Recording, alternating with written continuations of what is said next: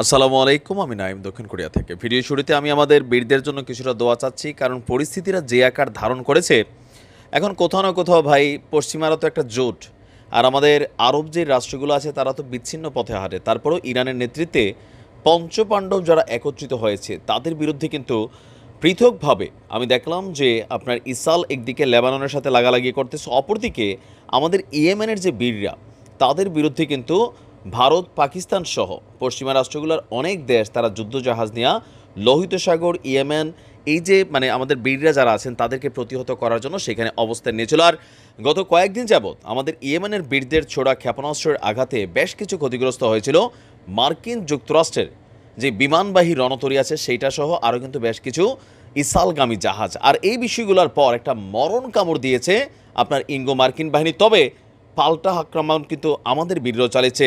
এই মুহূর্তে লোহিত সাগরে তুমুল লড়াই চলছে। আমরা যদি দেখি, প্রথমে আমাদের বীরদের বীরত্ব কথা বলি, তারপর হচ্ছে বাকিগুলো বলছি। ইয়েমেন উপকূলে লোহিত সাগরে একটি বাণিজ্যিক জাহাজে হামলাকে কেন্দ্র করে নতুন করে লোহিত সাগরে এই যুদ্ধের দামামা আমরা দেখতে পাচ্ছি। ইসরায়েলি যুদ্ধের প্রতিবাদে আমাদের বীররা গতকালকে আপনার লোহিত সাগরে এই জাহাজটিতে হামলা চালিয়েছে। আর এখন যদি দেখি এই জাহাজটি আপনার যদি দেখি আপনার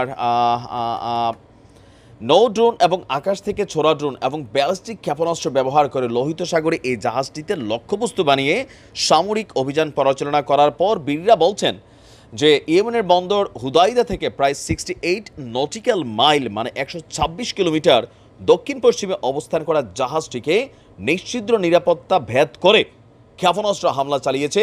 আর এটা আপনার কি বলে যে ব্রিটিশদের মালিকানাধীন একটা জাহাজ, আর এটা কনফার্মেশনও করেছে ব্রিটিশ সমুদ্র নিরাপত্তা বিষয়ক সংস্থা অ্যামব্রে। অ্যামব্রে বলছে যে আপনার দক্ষিণ পশ্চিমে একটি ছোট নৌযান থেকে ওই জাহাজে হামলা করা হয়েছে। হামলার পরেই ক্রুদের নিয়ন্ত্রণের বাইরে চলে গিয়েছিল জাহাজটি। পরে বিমান থেকে ছোড়া একটি অজ্ঞাত প্রজেক্টাইল ক্ষেপণাস্ত্র দিয়ে দ্বিতীয়বারের মতন হামলা করা হয়েছে জাহাজটিতে।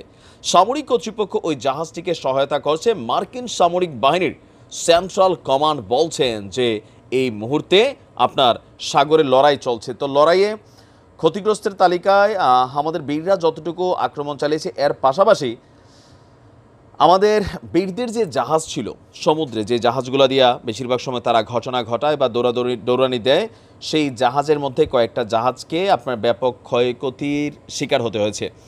আর আমরা যদি দেখি যে গ্রিসের মালিকানাধীন যে জাহাজটি আছে সেটিকে ঘটানোর পর আপনার আমাদের বীরদের জাহাজ এবং বীরদের আস্তানার বিরুদ্ধে আপনার পশ্চিমা ইঙ্গো মার্কিন বাহিনী, বোঝেনি তো, যুক্তরাজ্য এবং আমেরিকা দুইজন মিল্লা ইঙ্গো মার্কিন বাহিনী, পাশাপাশি আমাদের ভারত পাকিস্তান সহ আরও দেশ তো আছে, এমনকি আরব রাষ্ট্রগুলো আছে, তারা সেখানে আপনার একসাথে হামলা চালিয়েছে আমাদের হুথিদের মানে কি বলে যে ইয়েমেনের বীরদের বিরুদ্ধে তারা শক্ত অবস্থান নিয়েছে। আর বীরদের হামলার জবাবে বেশ কয়েকটি দেশের সমন্বয়ে একটি টহল জোট গঠন করেছিল যুক্তরাষ্ট্র। এই জোট গঠন করেও যখন বীরদের থামাতে না পারছে তখন বিভিন্ন সময় বড় ধরনের অভিযান চালাচ্ছে। আর তবে ফাইনালি এখন পর্যন্ত আমাদের বীরদের বিভিন্ন অবস্থানে তারা বিমান থেকে বা ড্রোনের মাধ্যমে আক্রমণ চালাচ্ছে। হতাহতের পরিমাণ হয়তো আমরা দিন শেষে বলতে পারবো। থেমে থেমে চলছে, আমাদের বীররাও চালাচ্ছে, তারাও চালাচ্ছে। তবে কোথাও না কোথাও এরা যদি অরিজিনালি যুদ্ধে নামে তাহলে ইয়েমেনের জন্য কিন্তু অনেকটা খারাপ পরিস্থিতি তৈরি হবে। আর এটা পশ্চিমারাও জানে। আপাতত বিশ্বে তারা মানবতার বিষয়টাকে হয়তো কন্ট্রোল রাখার জন্য আমার ধারণা যে বড় ধরনের কোনো অভিযান এখনও পরিচালনা করছে না। ছোটোখাটো অভিযানই এগুলো ধরা যায়। আমেরিকা বা তাদের মিত্রদের যেই ক্যাপাবিলিটি আছে সেই তুলনায় খুবই সামান্য কিছুই তারা অ্যাপ্লাই করছে। তবে আমাদের বীরদের তো ক্ষতি হচ্ছে। আর তারা অ্যাপ্লাই করার আরেকটা কারণ কি?